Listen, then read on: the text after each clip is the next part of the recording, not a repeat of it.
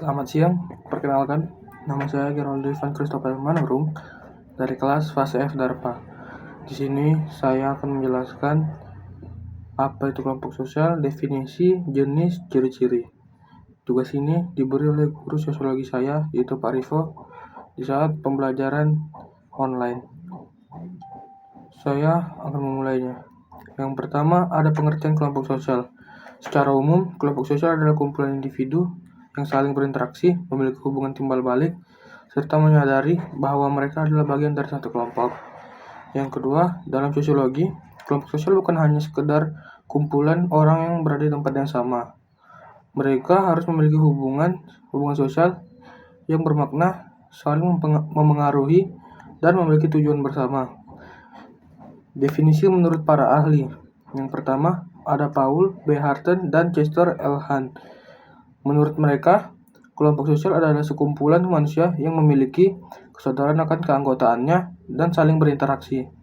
Yang kedua ada Surjono Sukanto yang menyatakan bahwa kelompok sosial adalah himpunan manusia yang hidup bersama, saling berinteraksi, serta memiliki kesadaran untuk menjadi satu kesatuan.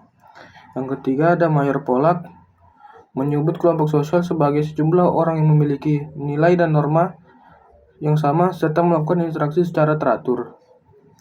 Yang keempat ada George C. Homans.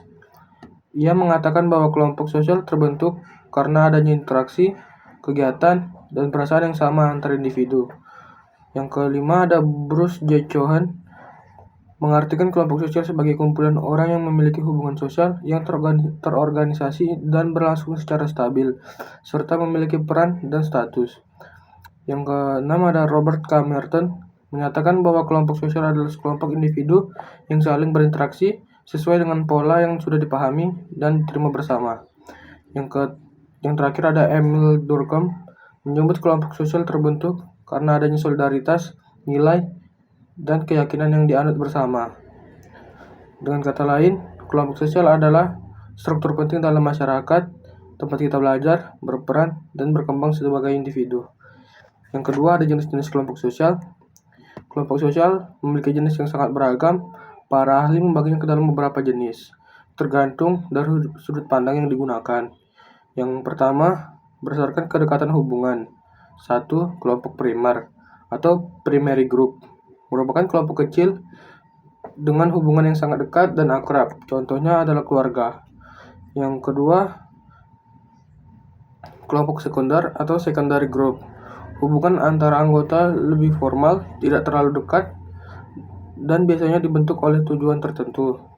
Contoh organisasi sekolah dan kelompok diskusi. Hubungan yang terjadi lebih bersifat fungsional dan sementara. Berdasarkan rasa kepemilikan, 1. Ada in-group, kelompok yang kita anggap sebagai kita atau kelompok tempat kita merasa menjadi bagian. Misalnya, kelompok teman satu kelas, komunitas hobi, suku, atau bangsa sendiri. Yang kedua ada out-group, kelompok yang dianggap sebagai mereka atau bukan bagian dari kelompok kita. Kadang muncul rasa persaingan atau perbedaan, misalnya supporter tim bola, lawan, siswa dari sekolah lain. Yang ketiga ada berdasarkan keanggotaan. Pertama ada membership group, kelompok di mana individu secara resmi terdaftar sebagai anggota, contohnya anggota OSIS di sekolah. Yang kedua ada reference group, kelompok yang menjadi panutan atau acuan seseorang dalam bersikap atau berperilaku meskipun dia bukan anggota resmi. Contoh, seorang meniru gaya hidup artis padahal ia bukan bagian dari kelompok itu. Nah, yang ketiga ada ciri-ciri kelompok sosial. Untuk dikatakan sebagai kelompok sosial, ada beberapa ciri utama yang harus dimiliki. Yang pertama, adanya interaksi sosial. Hubungan sosial antar individu yang saling memengaruhi dan terjadi secara terus-menerus. Yang kedua, ada kesadaran sebagai anggota kelompok.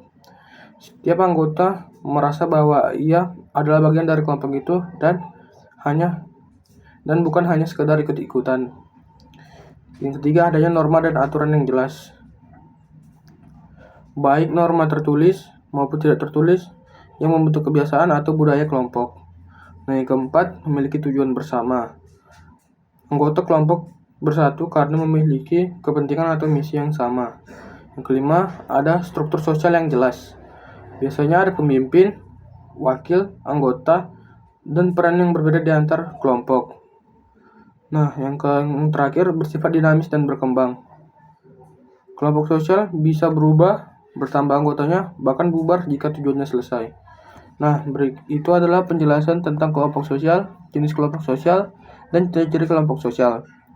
Jika ada salah kata atau ucapan yang salah, mohon dimaafkan. Itu adalah tugas yang diberikan oleh guru sosiologi saya, yaitu Pak Rifo. Terima kasih, selamat siang.